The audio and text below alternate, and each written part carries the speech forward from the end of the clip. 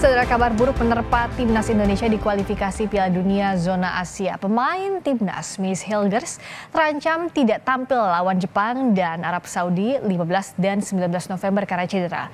Miss Hilgers mengalami cedera ketika membela FC Twente melawan Willem II di Liga Eredivisie Belanda pada Sabtu lalu. Hilgers yang bermain sebagai starter harus keluar pada menit ke-38.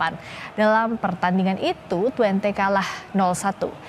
Hilgers merupakan salah satu dari 27 pemain yang dipanggil pelatih Shin Tae-yong untuk menghadapi Jepang dan Arab Saudi.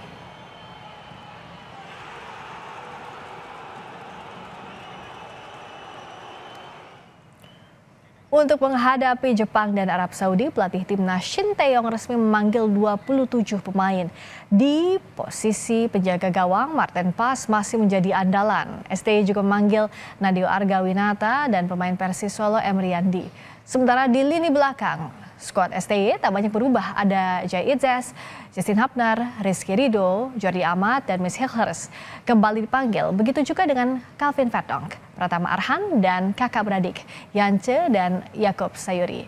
Di lini tengah ada Tom Hai, Nathan Chuaon, Ricky Kambuaya, dan Ivar Jenner. Sementara ada 8 pemain yang dipanggil untuk barisan lini depan, yakni Ragnar Oratmangun, Marcelino Ferdinand, Witan Sulaiman, Hoki Caraka, Ramadan Sananta, Rafael Struijk, dan Egy Maulana Fikri. Timnas bakal lebih dulu menghadapi Jepang pada 15 November di Stadion Utama Gelora Bung Karno, Jakarta. Kedua tim terakhir bersua pada 24 Januari lalu di penyisihan Grup D Piala Asia 2024 Qatar. Saat itu Timnas harus mengakui keunggulan Jepang 3-1. Jelang lawan Jepang nanti, skuad Timnas banyak berubah dibanding Piala Asia karena ada tambahan kekuatan seperti Jai Itzes, Calvin Verdonk, Martin Paes, dan Ragnar Oratmangun. Lalu seperti apa peluang Timnas Indonesia untuk menghadapi Jepang yang saat ini memimpin klasmen Grup C kualifikasi Piala Dunia Zona Asia? Kita akan bahas bersama pengamat sepak bola yang juga jurnalis olahraga Firzi Idris. Mas Firzi, selamat malam. Halo Friska, apa kabar? Kabar baik. Ya. Semoga sehat juga ya. Nah, kalau kita buka dulu dengan line up-nya 27 pemain ini yang ramai kan ada yang tidak dipanggil misalnya. Yang dicoret ada Asnawi, Wahyu Prasetyo, Malik Rizaldi, Hernando Ari, dan Dimas Derajat. Nah, sementara yang dipanggil ada yang refreshing ini, ada yang baru, ada Yakob Sayuri, Yance Sayuri, Riyandi, Hapner, dan Sananta. Nah, bagaimana melihat line up baru ini? Ya, 27 pemain, 27 harapan kita untuk menghadapi 2 pertandingan tersulit di grup melawan tim-tim yang 2 tim tertinggi ya di peringkat FIFA. Kalau kita tahu Asnawi menderita cedera ketika bermain di Liga Thailand, Malik Rizaldi juga cedera. Tapi memang beberapa penyegaran adalah kembalinya Sayuri bersaudara ya. Dan juga Justin balik dari Skorsing. Ramadan sebenarnya yang striker dan Dimas Derajat juga sebenarnya dalam level ini memang tidak banyak diuji sama coach Shin ya, tapi memberikan opsi di bangku cadangan kalau kita mentok, karena lawan yang kita akan hadapi nanti nggak sembarangan. Friska, kita akan menghadapi tim rank 15 di dunia, tim yang menang 5-0 di kandang Bahrain, terus menang 7-0 saat menjamu China. Tadi juga udah disebut ya bagaimana tim ini beda dengan yang bermain di Piala Asia kemarin. Kita waktu itu main 3-1 lawan mereka. Tapi setelah itu Timnas kedatangan 8 personel baru.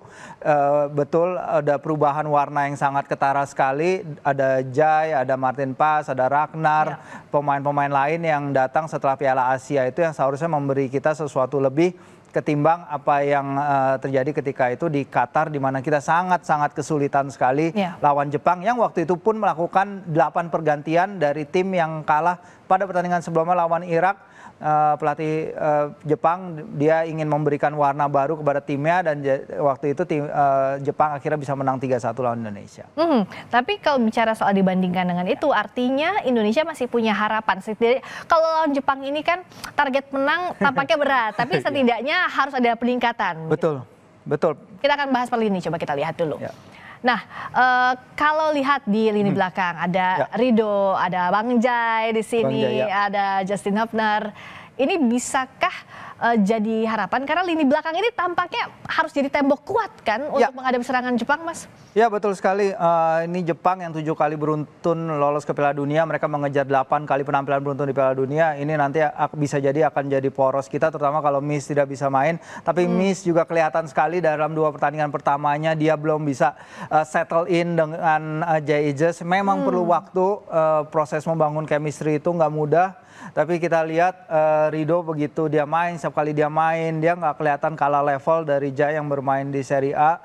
Sementara Hubner adalah favorit Coach Shin di posisinya, pemain yang selalu biasanya tampil 90 menit bagi Coach Shin di posisi left center back itu.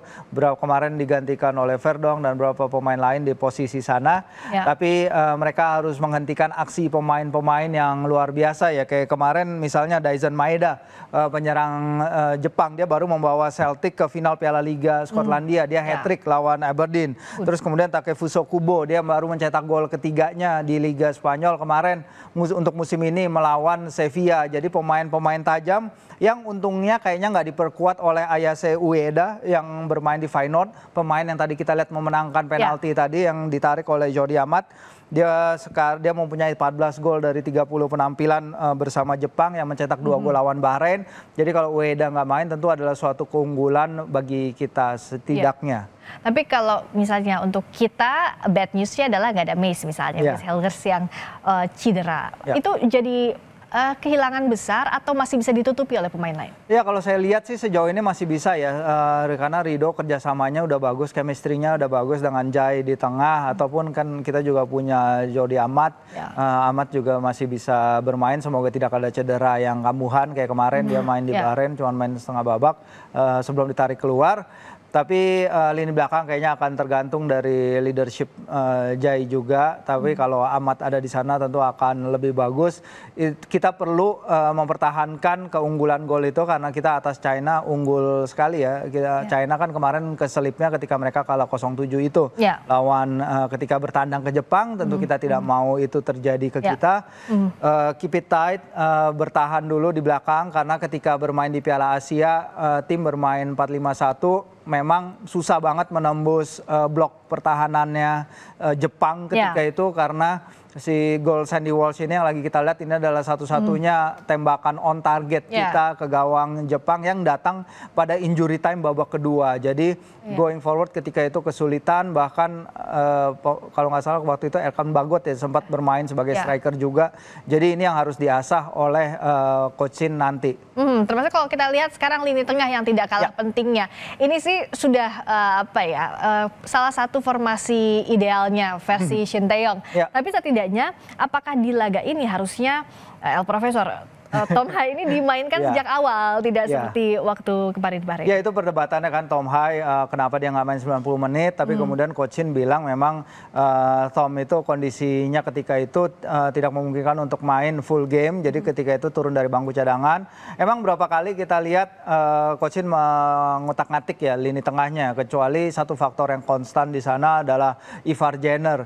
Nah yang penting ketika menghadapi Jepang adalah bagaimana para pemain mengalirkan bola ya, karena kalau kita lihat pemain paling kreatif kita Marcelino Ferdinand ketika laga melawan Jepang di Piala Asia dia hanya melakukan 14 operan sukses, dari 14 itu 8 diantaranya mengarah ke pemain-pemain back kita. Jadi kita susah banget menembus pertahanan. Jakob waktu itu bermain di sisi kanan luar penyerangan hampir tidak mendapatkan servis, begitu juga Egy, Rafael Strik juga kesulitan. Ini di lini tengah tapi setidaknya formasi ini sudah cukup baik ya. Tapi kalau lini depan bagaimana? Ini kan jadi PR juga ya dari pertandingan ke pertandingan. Sudahkah misal Eliano misalnya dimasukkan ke lini depan, Mas? Iya, Eliano memang bisa dimainkan di lini depan walaupun bersama PSC Zoli sekarang dia lebih banyak bermain di back kanan ya. Angka ekspektasi golnya sedikit, dia belum memberikan tembakan ke gawang sepanjang musim ini. Kabar baiknya memang adalah Rafa Struijk, dia akhirnya mencetak gol ya. Dia baru 2 kali tampil bagi level klubnya ya. Dia baru 2 kali tampil bagi Brisbane Roar, tapi dia kemarin turun menit menit 70, dia mencetak gol menit 78, sayang timnya kembali kalah. Begitu juga Ragnar sebenarnya FC Dender juga dalam masalah di Liga Belgia ya, 3 kali kekalahan beruntun, tapi dari 1 kali kekalahan itu ketika menghadapi Mechelen yang merupakan timnya Sandy Walsh, dia bisa mencetak gol pertamanya. Jadi at least secara mencetak gol Ragnar ini dan Struijk bisa menjadi opsi, tapi kalau kita lihat memang keduanya tipikal penyerang sayap ya, winger, karena kita nggak lihat mereka stay di kotak penalti. Struijk juga pernah mengutarakan bahwa dia bukan penalty box striker, dia boleh pakai nomor punggung 9, tapi sejatinya dia lebih nyaman apabila bermain di sisi flank. Jadi ketika kita memberikan umpan-umpan silang, terutama ketika laga melawan China, kalau tidak salah 26 crossing kita lakukan melawan China, tapi tidak ada pemain yang bisa menyambut di lini depan. Jadi harapannya mungkin di depan pendukung kita sendiri, Dimas dari bawah, si Ramadan atau Hoki atau pemain lain bisa mendapatkan kesempatan untuk leading the line. Iya, karena kan di kotak penalti itu yang masih ditunggu. Tapi kira-kira Wah Haji bisa ambil peran itu tidak? Seharusnya bisa, tapi kita tahu kan dia memang hard worker, dia memang suka membuka ruang, dia suka lari ke channel-channel, dia suka lari ke flank. Emang itu cara bermainnya Ragnar, begitu juga cara bermainnya Rafa seperti itu. Disinilah kita perlu apakah itu si Ramadan, apakah itu pemain lain yang bisa untuk mengokupasi sisi center di tengah pertahanan. Tapi kita jangan lupa backnya si Jepang itu Hidemasa Morita, kaptennya mereka itu adalah pemain starter untuk Sporting CP-nya Ruben Amorim ya. Jadi memang levelnya udah level Liga Champions ya, memang sudah jauh. Dan itu juga terlihat dari market value-nya skuad timnas versus Jepang. Ini nggak boleh bikin kita down, tapi seenggaknya kan ini memang sudah terlihat bagaimana jam terbang Jepang dibandingkan Indonesia. Gimana Mas Firzi? Iya, tadi kan udah dibahas bagaimana Kubo dia mencetak gol ketiganya di Liga Spanyol musim ini. That's why segini ya market value-nya ya. Mintoma udah jadi andalan Brighton kemarin yang hampir menang lawan Liverpool. Minamino pernah di Liverpool juga, akhirnya sekarang bagus lagi bersama Monaco. Selain itu ada Kamada, ada Sugawara, bek kanan mereka, Endo juga, pemain-pemain level Premier League. Dan juga masih ada Ritsu Doan yang main di Liga Jerman sebagai starter. Kita beruntung masih punya pemain-pemain diaspora kita, pemain-pemain yang datang membela bendera merah putih dengan Hilgers yang masih dalam proses integrasi, tapi ya susah. Kalau Jepang kan Kubo udah lama main bagi timnas Jepang, Mitoma, Minamino. Ini adalah tim settle, tim yang udah lama bermain bersama. Jadi wajar apabila mereka tampil akan lebih solid nanti. Tapi yang penting kita harus solid dan juga percaya diri ya lawan Jepang. Thank you Mas Firzi Idris atas ulasannya di Sapa Indonesia Malam.